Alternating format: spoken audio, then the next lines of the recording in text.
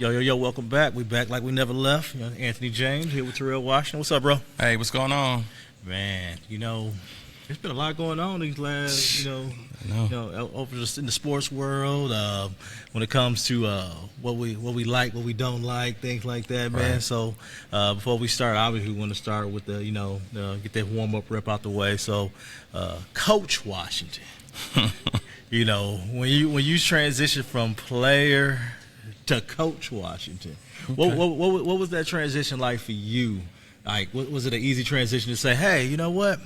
I can coach, because we know every good player is not a good coach. No, I agree. We got a lot of people who act like they know the game, and they don't know what the heck going on. No, so, man.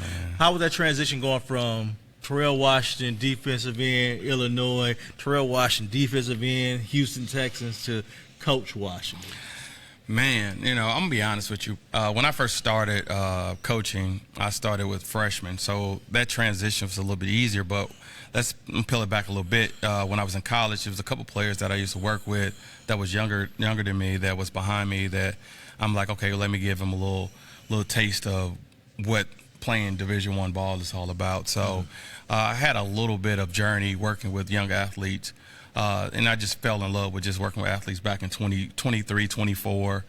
Not 23, but 2002. 2003. Sorry, I keep getting these good, years man. all We know screwed you're up. old, man. That's what happens when So you get older, back man. in 02 and 03, I was just leaving college, and it was younger guys that was looking up to me that I wanted to just kind of show the ropes to and kind of guide them. So just having that experience back then, it was pretty simple for me. But then when I became Coach Washington, it was like a bunch of kids that never had an opportunity or never played football. So the technicals behind it were they didn't know. They just knew they just wanted to play football. So the goal was for me to continue to play the game and coach the game as well, because at that time I was coaching, I was still playing. So what did you start off coaching? What were you coaching the position? What were you doing? I was coaching linebackers. No, I coached linebackers and I coached running backs. And then mid-season, I was like basically coaching DNs, linebackers, and pretty much the defense. But just because of experience-wise, we played on those levels. We coaching freshman ball. Most coaches are, high school players, and that's pretty much it. But yeah, I had fun with it, man. It wasn't a bad experience on my end. It was a really good, honestly, process, because from freshman, then I had to go to varsity and start working with the varsity players as well. So that's what's up. So let me ask you this: I know we talked about before that you were a self-proclaimed great athlete. Self-proclaimed, okay. That but the one thing that we didn't talk about, we've been talking about football all this time, but other sports, the sports that obviously being in Texas, we know that a lot of times people we specialize in the sport. You got a lot of baseball players, they just play baseball. Right. You got a lot of football players that all they do is play football. But us growing up in the Midwest, right, we played everything. Yeah, we played. We ran track. We played football. We played basketball. It was like year round. So we really didn't have no time to just relax.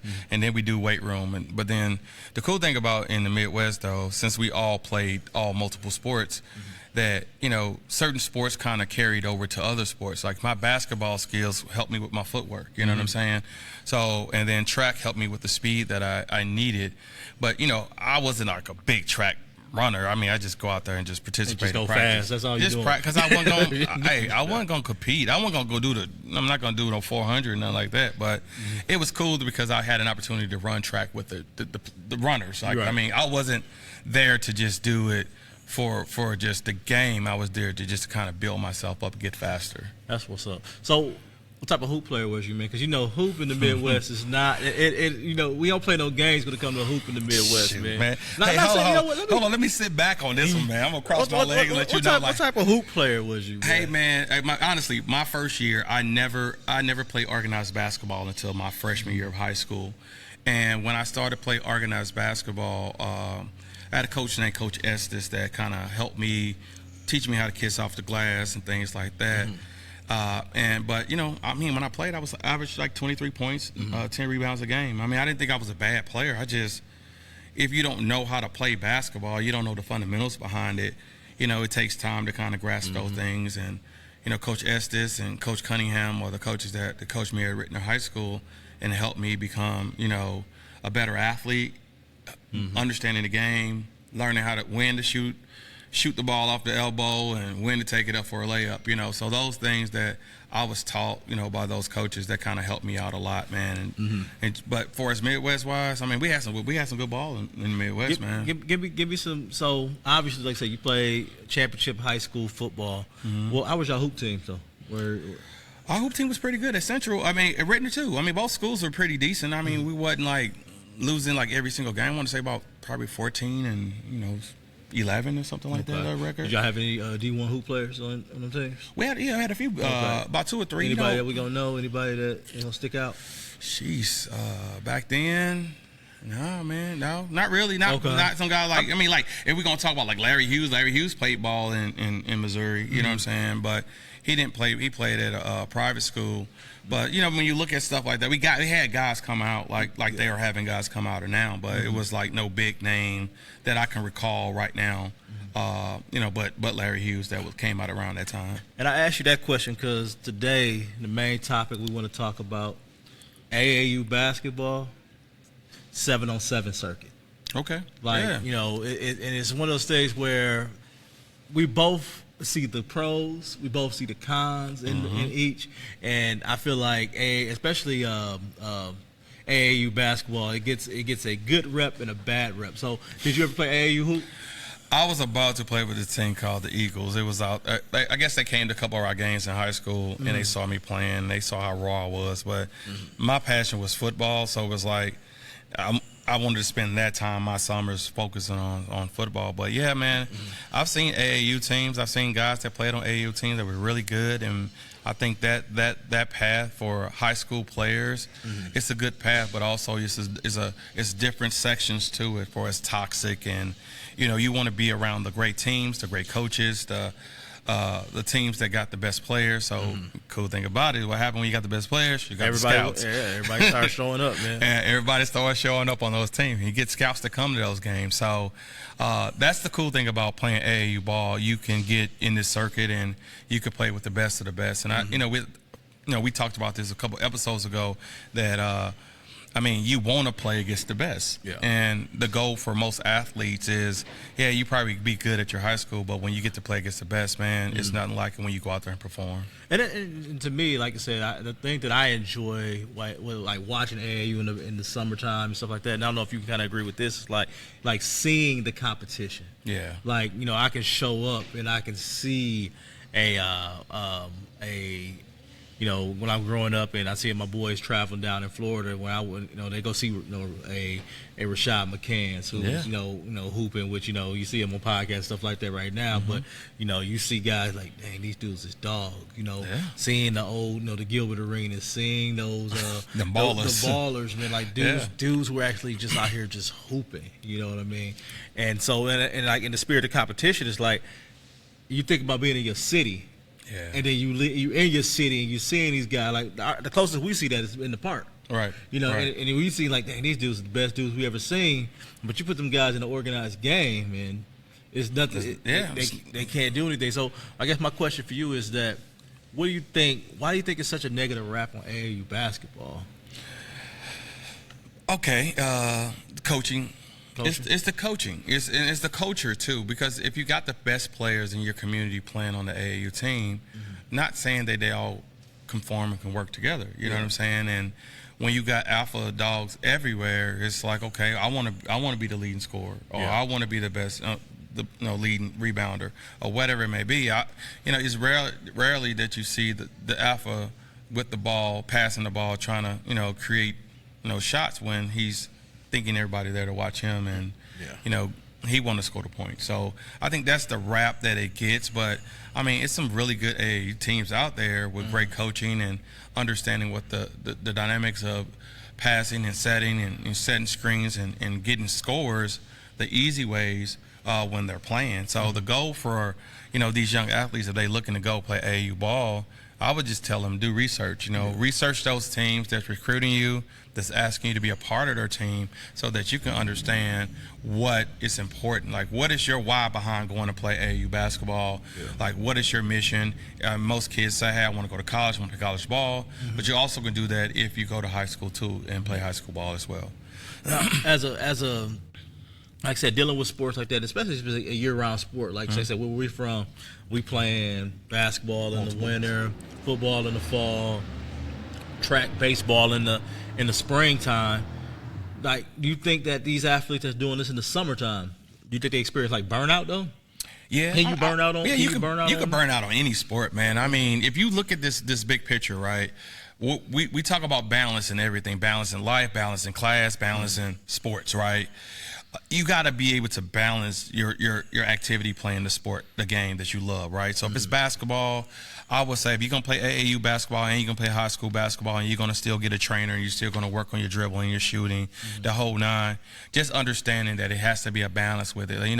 I say Kobe Bryant did it best. He'd wake up at 4 o'clock in the morning so he could still have time to do other things that he wanted to do. That he spent his life and his time focusing on his craft. Yeah. If this is something that you want to do, you got to understand that you have to sacrifice for what you want, So for us, those guys that are burning out, maybe there was just not something that they saw. They wanted to play the game, but they didn't understand the workload that it was going to take to kind of get them to that next level. Now, my thing is this: before you kids go out there, y'all say, all right, I'm about to wake up at 4 o'clock in the morning and go, listen, there's a right way to do it too. Right. And I think that's the key there, where a lot of things are. We sit here, I think we talked about this a couple episodes ago. We talked about training, and I think it was the 11-year-old kid whose dad was waking him up at 4 o'clock in the morning. Right. But like, is he going and doing things the right way? We don't know what the right way is per se. We just know that what's worked for us. Because it's like this: as you go through this journey of sports, right? No matter what sport you play, you got to also understand there's going to be trials and tribulations behind it, right? You're gonna have good days, you're gonna have bad days. You're gonna have coaches that's gonna be really good. You're gonna have poor coaches that's not gonna be able to do anything, or just they're just coach on a team. They're just a coach, and sometimes in sports it's going to be a mental aspect to the game, and there's also going to be a physical aspect to the game. And if you understand the processes of what you really want as an athlete, and if you really want the sport and you really want this to happen, so you're going to have to overlook some of those things, right? Like your mental process, right? Let's say you on the team is a really good team and you're not getting an opportunity to play. I mean, if you're not getting an opportunity to play and you busting your tail in practice every day? Don't go. I wouldn't say, hey, go hop in the portal. I would just say, evaluate your situation, right? Yeah. Evaluate your situation to a point where it's going to benefit you as an athlete. If your goal is to get a scholarship and get some good grades and graduate with a degree, then you got to look at the processes and understand the processes behind it, right? Because some coaches just not going to like you. Some coaches just not going to play you. But over time, if they need you, then they have you. So you got to look at the bigger picture. The bigger picture is if I'm going to school for college and get a degree, or I'm going to school for playing basketball, football, or whatever the sport may be. Okay. So you got to look at it like that. Okay. Now let's talk about the opposite, the equivalent of AAU basketball, and this is why I say it's the equivalent is 7-on-7. So let's talk about because Coach Washington, who think he's Andy Reid, grew up playing defense, but my offense go score every play. Tell me how you went from defensive stand down to offensive guru.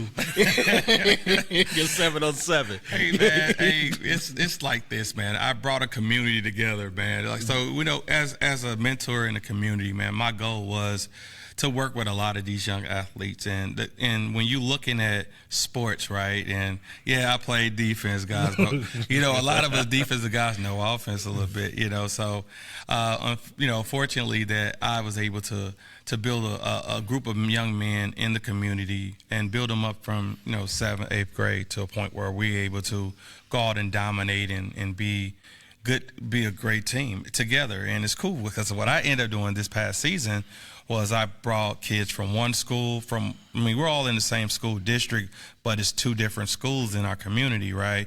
We got a Wiley East and we got a Wiley High, and what I did was I saw all of the talent in both teams, and somehow I was able to get them all together and put them on one team, and we were able to go out and compete and really do some damage to other teams in other areas of Texas. So, one of the things I always try and I believe in is just bringing the community together. But the cool thing about playing 7-on-7 is it's not complicated. You don't want to make it complicated. Like, I got 3 or 4 calls on defense, but I don't really have to make calls because I go off of formations and emotions. So once you really understand football, you don't have to make football complicated to a way where that kids don't understand. So I make it to a point where we still practice. We got organized practices every Sunday or every Saturday if we don't have games. We got it scripted out from individuals to group work and teamwork. That's what we do. We're going to come back to practice. We're going to come back to practice because I got to ask you a question before we get to practice. So, go ahead. So why is the popularity of 7-on-7 grown so fast, though? Well, it's a skill position. So you got quarterbacks, number one. You got receivers, number two. And you got running backs. So when you're playing with these top-tier athletes, especially in the state of Texas, majority of the people and everybody want to be a part of that. They want to see the head tops. They want to see the one-hand catches. They want to see the quarterback with the beautiful spiral in the back of the end zone that nobody. They want to see what these quarterbacks that say on Friday nights that they're good and they really they got really good talent. They want to see that. So to me, it feels like an all-star game in the NBA. And when I think about 7-on-7, and like what you saying right now, which is all good because the guys gotta be skillful. Yeah. But it feels like everything's about the celebration. Everything's about the drip. I got the Pooh Shiesty mask and the sunglasses and you can't see my face. It's 115 degrees outside. And you got a whole mask on. Yeah. Like everything seems like everything is about the presentation and the fundamentals get lost. So how do you with your kids go into making sure that the fundamentals don't get lost by still making sure that they let these kids go out here and have fun too? Well, with the ski masks and the glasses and talking back to coaches and all that other stuff, hey, bro, I don't even take on those kids, man, to be honest. So I kind of just work with the good kids, the kids that really want to have an opportunity to go places and want to get a little footage. The goal is to have good footage, send off to schools, use your high school footage to send off to school. But, in that circuit, which is cool, though, you get to play against, you get to see coaches that's coming to those circuits. So the overall goal, when you got the drip and you got all of this, I keep it balanced by just, hey, I'm an old school guy, I'm an old school coach. So most of the kids love the way I coach them. They love my approach to them. They know that I respect them. So when I come into practice and in games, I already got rules and regulations that they got to follow off of. And I don't care about all of that. So I'm gonna give you some good drip. You're gonna have a nice uniform with a nice, helmet and all that other stuff. But overall, I'm not all about the individual athletes. I'm all about teams. So that's why I brought everybody together in the community. Now, while you may have that on your team, you can't tell me, because we've seen 7-on-7 where we may see a guy who lives near Houston come up and play for a team, and then the next week he playing on the opposite side. Yeah. So what do you think about that culture of, all right, we switching teams, there's no quote unquote loyalty? Consistent. So most of these guys are not consistent. Most coaches is coaching 7-on-7. They just want to win, man. I'm gonna be honest with you. They want to win. They want to have bragging rights. They want to. But for me individually, I look at the development side of things. Right. I'm not gonna let a kid make up a route and then think that route gonna work in a game, because I try to correlate my 7-on-7 to what they're gonna see when Friday nights during the season start up. So the goal, like those guys, you're right. I mean, you're 100% accurate on what you're saying. I've seen kids jump from jump teams, jump here, doing 7-on-7 just to play in the tournament.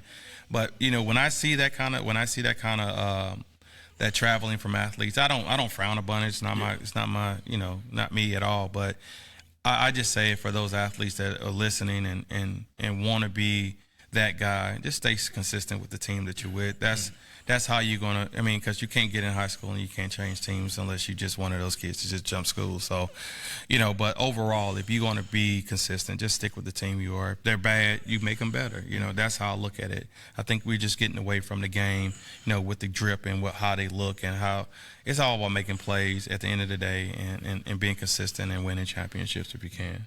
Now, do you think 7-on-7 can help with recruiting? Like that kid get recruited? Yeah. I really do. I think skill-wise, if the kid is working on his routes, if he's mastering his steps, he's mastering his breakdowns, he's getting open, he's catching consistent balls coming his way, I think it's going to be a kind of a filler for the season when it starts up, that he's going to be able to implement those things that he did in 7-on-7 when he starts his senior year of school. Do you think it can have the opposite effect, though, and hurt you as a ball player in the fall? Though, and the reason I asked that question, because if you think about the one part of the game that gets ignored is the defense. We talk about all this stuff about offense. Yeah. We ain't talked about the defensive backs and the linebackers and things like that as well. Like, to me, at times it feels like those. And you said this. You kind of just said it yourself. Like, I got 4 or 5 defensive plays. I'm doing. Like, again, if you're scheming, if you know how to scheme as a coach, you know how to coach regardless. Right. But for the skill set, because I feel like every practice isn't geared towards those defensive guys. I feel like practice a lot of times and this is just me. Yeah. I want you to correct me if I'm wrong, but okay. I feel like the practices are geared towards the offensive skill set and things like that. How do you coach those defensive players to make sure that they're in the right position and make sure they're getting good coaching too? Because at times I feel like they're just out there at times. So how do you make sure you're coaching those guys? Well, it's like I said before, it's different for me. I'm not just going out there throwing passes every game to just the receivers. We're actually breaking it all the way down. So I have a defensive individual, we have a receiver, and we have DB coaches and we have receiver coaches. So it's like everything is separate. We don't have our receivers, even though our DBs want to be receivers, you know what I mean? That's all. But can't catch. Right. But I always tell my receiver, my DBs, is that we're going to focus on the fundamentals. We're going to focus on making sure your hips are mobile, making sure you can break on the ball, and then we kind of scripted. Like we come together as a unit and then we scrimmage each other. So it's like we got everything scripted. I don't want to put too much information out there, but we keep everything simplified for our athletes to a point where everything is scripted like it needs to be scripted within that time frame. So if we got a 2-hour practice or hour-and-a-half practice, every session, every minute is accounted for in practice, and we do our condition. We do condition at the end of our 7-on-7 just so that we can be fine-tuned. That's why when we go into tournaments and we win in tournaments, it's like, in my mind, I know other teams are not doing that. I know other teams just thinking because they got the drip, they got the top player, they got a couple college kids on their team that they're going to go out and win. In reality, sometimes that's not what it is, because the quarterback got to get on the ball. If we got the proper coverages, cover 2, cover 3, or whatever it is, man, and we're guarding in the correct way, it's kind of hard to play against that, especially when you got sloppy routes. Right. All right. With that, I think we got a lot in this amount of time, man. But we got that one more rep, man. So we talked about AAU basketball. We talked about 7-on-7 football. But we ain't talked about the parents in each. And so from what you see on the AAU circuit, what you see in the 7-on-7 circuit, how would you tell the parents that they should be, I wouldn't say tell them how they should be reacting, but how would you tell them how they should be encouraging their kid while they're actually out here with the 7-on-7 and the especially 7-on-7, where you can see the emotions come out, because football bring out all your emotions. Yeah, it does. So what would you tell the parents about how they should be encouraging their kid, and what to look for in a coach and in a program when picking one, helping their kid pick one? Because you shouldn't be letting your kid pick their own program anyway. Right. So I think the parent, first off, like what you're saying, I think the parent and the coach, the parent should really introduce themselves to the coach. If it's a single parent household, whatever, I think the mother or the father should introduce themselves to the coach and kind of understand what the coach is just looking for when you're trying to put your child on a 707 team. Because some teams, you put them on there. I mean, they may not get coached, they may get coached, they may not play, they may play. So when you're looking at that big picture, is that you want to understand who the coach is. If it's a local mentor in the community that's doing 707 and he's a good positive influence on your kid, I would say go ahead and put your kid on that team. If the kid has some type of attitude issues and needs some structure besides you, I would say, put him on a team where the coach is a little bit, that can kind of challenge him, mentally, because sometimes when you get to college, it's a whole different ball game. Your parents have no control of that situation anymore. So I would say if you're a young athlete, you got a little swag to you, or you got a little, little dog in you. I would say just find those coaches that can kind of make you a better athlete. And the parent, that's what you want to look for. You want to make sure your kid is with the right coach, the right team, the right people, the right influence is going to help them be successful in what they're trying to do in their overall career. Well, listen, that's going to be it for us today. T, let us know where we can find you on social media. Hey, you can reach us at the GrindHouse ST on IG. You can reach us at the GrindHouse ST on Twitter. Facebook is the GrindHouse Sports Training. We're also on TikTok too. We got TikTok, we got a the TikTok. GrindHouse Pod. We got the GrindHouse Pod. We got the GrindHouse GrindHouse Pod on Instagram. And we got the GrindHouse Pod on Instagram. So hey, if you want to find us in anywhere, you can find us at the GrindHouse. Podcast. GrindHouse Podcast is going to put you in the direction of all the other sources to kind of reach out to us. Hey. We just want to make sure we give you all the information that y'all need. Just kind of be supportive. Just kind of come out and support the team, man. Hey, we got the food. Y'all just got to eat it, man. So whatever your kids need, all that good stuff, we gonna feed you. So with that, we're going to leave y'all. We see y'all next time. Make sure y'all know, no grind, no shine. Yeah, let's get it.